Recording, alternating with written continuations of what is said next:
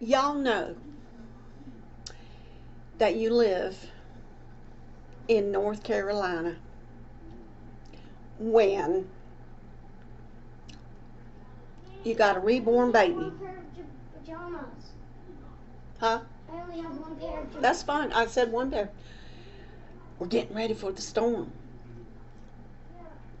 All right, but you know you live in North Carolina when you've got a reborn baby, or maybe two reborn babies. It just kind of sort of depends. That you have to mail, and it's not in the U.S. Okay, so you got to figure out. Okay, what? Okay, you're going to charge so much for the reborn baby, but then you're going to turn around and try to figure out shipping cost, which is a lot more when you mail a baby out of state, out of the U.S. Not out of state, but out of the U.S. So right now, I'm not able to drive. I've got some health conditions and some other issues, and so I have to rely on my husband. So the husband says, well, babe, he says, why don't you go ahead and call the post office and ask them if, tell them, hey, I got this package that I've got to mail. And, usually when you mail a reborn baby in the United States, in my area, in the eastern part of North Carolina, it's only like $20, $25. Depends on, whether you put a lot of stuff in the box with the baby. But actually, in reality, I think that the primary system is you can put whatever you can put in that box, and if you have to sit on that box to tape it up, it's going to be one price, whether it weighs 3 pounds or it weighs 5 pounds. Okay, but when you mail outside of the United States of America, it's a whole different ball game, and it's very conflicting for those of us that live in the North Carolina eastern coast of this area. So I don't have transportation like I need. So husband thinks he's got all the answers, and he says, well, honey, just call the post office and tell them that you've got this package. Give them the address, give them all the information they need, and tell them how much it weighs. Which I'm like, okay, how am I how am I supposed to weigh it? Well, I have a bunch of kitchen gadgets, and one of which is an old, farm style scale. So, hold up. It's the storm. It's causing the wind and the storm's causing me to have a little bit of a allergic reaction. I'm sorry about that. But anywho, so I have all this gadgetry. Not only do I have modern gadgetry, but I have a bunch of old, Victorian, not Victorian, but vintage. So I get the baby in the box and I get it labeled to be mailed outside the U.S. or whatever. And I think, well, I'm going to weigh it on this vintage scale. And the baby came out to be with the box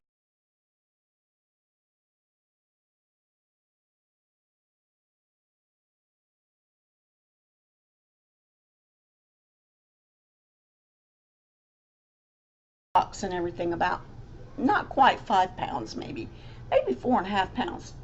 So that's what I'm assuming, give or take. I might add a little bit more to it just to be on the safe, because I have to let this person know this is the baby is this much and this is how much the shipping.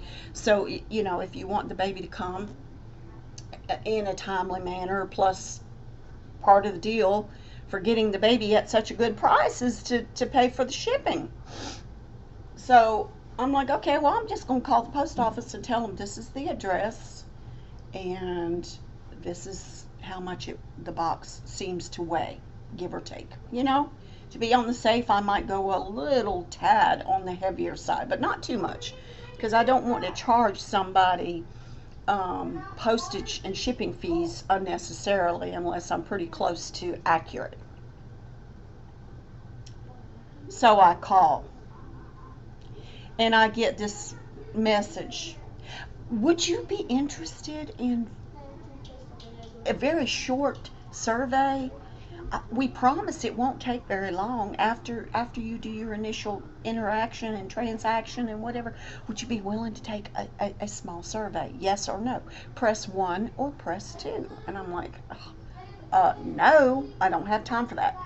So then the next little voice thing comes on that says robotic, informative, robotic, mundane tone. Well, our current rates are such and such, and such and such, and such and such. And our postcards are only 35 cents. And la di da di da di da. Oh, aren't we great? We're so informative. So, do you need more information than what we're providing? If so, press 1 if you need a change of address.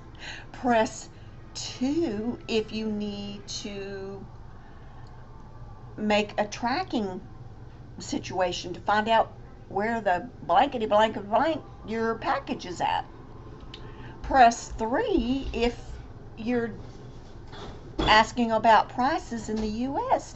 Press 4 if you're asking about international fees. Press 5 if you just need a change of address and you need your mail redirected. Press 6 if you need to inform us that you've moved and you've got a brand new address.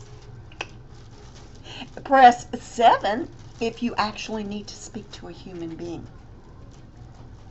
So I end up going in and press 8 if you would like to save time and effort and frustration and insanity and confusion and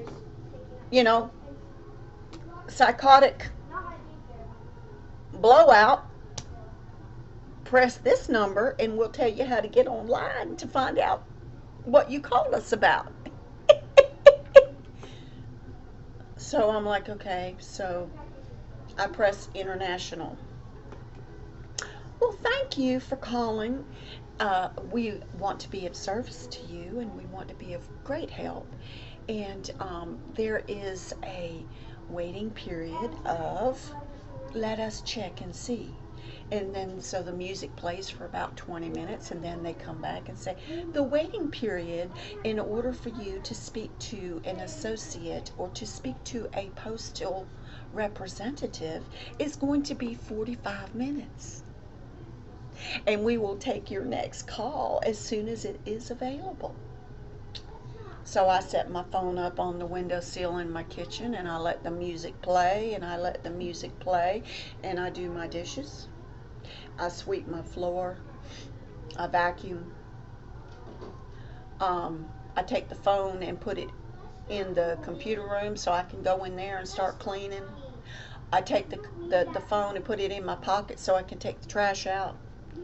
And in the meantime, the music just keeps playing and playing and playing.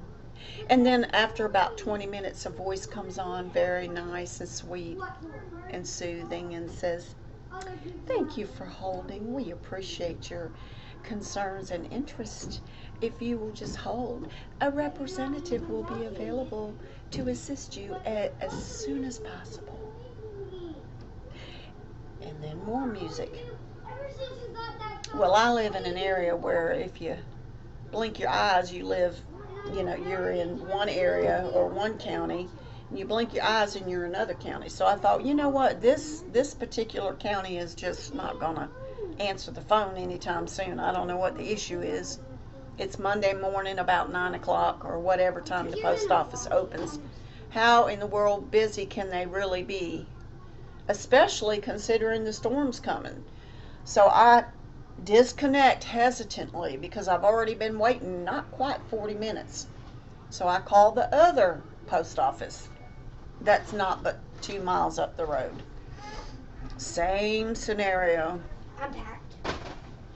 Good job. So I never get through. Never get through. Never get through. Well, when they tell you to go online, I says, okay. I hang up and I figure, well, I'm going to go online and see, what the situation involves with that. Oh my God. It's like if you mail a package by 4.5 by 12 by this, by that, by this, internationally, it is going to cost, but that would include parcel or small box or envelope style or manila envelope, exclusive to, and must be a perforated and la la la la la. And I mean, it goes into all this extensive detail. So then I keep scrolling down, and then it'll say U.S. United States 2.5 inch by 3.5 inch example of da da da da da small 2-page letter, no weighing no more than so many ounces, so much more per ounce, times limitations of before price hike, la la la la la. And I'm like, oh my god, it takes a freaking rocket scientist to figure out what the heck it's going to cost me to mail this reborn baby to this person who lives out of the United States. Not including when I do the process, I have to fill out a multitude of paperwork. So whatever, I'm willing to do it. I'm happy to do it. But my God, you live in North Carolina when nothing is easy. So I end up calling my husband in desperation, and I'm like, babe, I've got a doctor's appointment at such and such and such. When I go into town, I'm just going to go on to the post office and ask them if they'll weigh the package, tell them where it's going to go, and see what the cost is, so I can let the person who's buying the baby know how much shipping. Well, my appointment that I was supposed to go to was today at 9 o'clock, and I thought it was tomorrow at 9 o'clock. And because of the hurricane coming up and the kids being out of school, it's all discombobulated and crazy. So Murphy's Law and the black cloud that hangs over my head, I don't end up going to my doctor's appointment because I thought it was tomorrow, and I don't end up going to the post office. So now I got to wait until I can get into town at another time, depending on the devastation of the hurricane that's forthcoming to the area of North Carolina. That's how you know you live in the South, people. What can I say? Do we live in South America? It's life.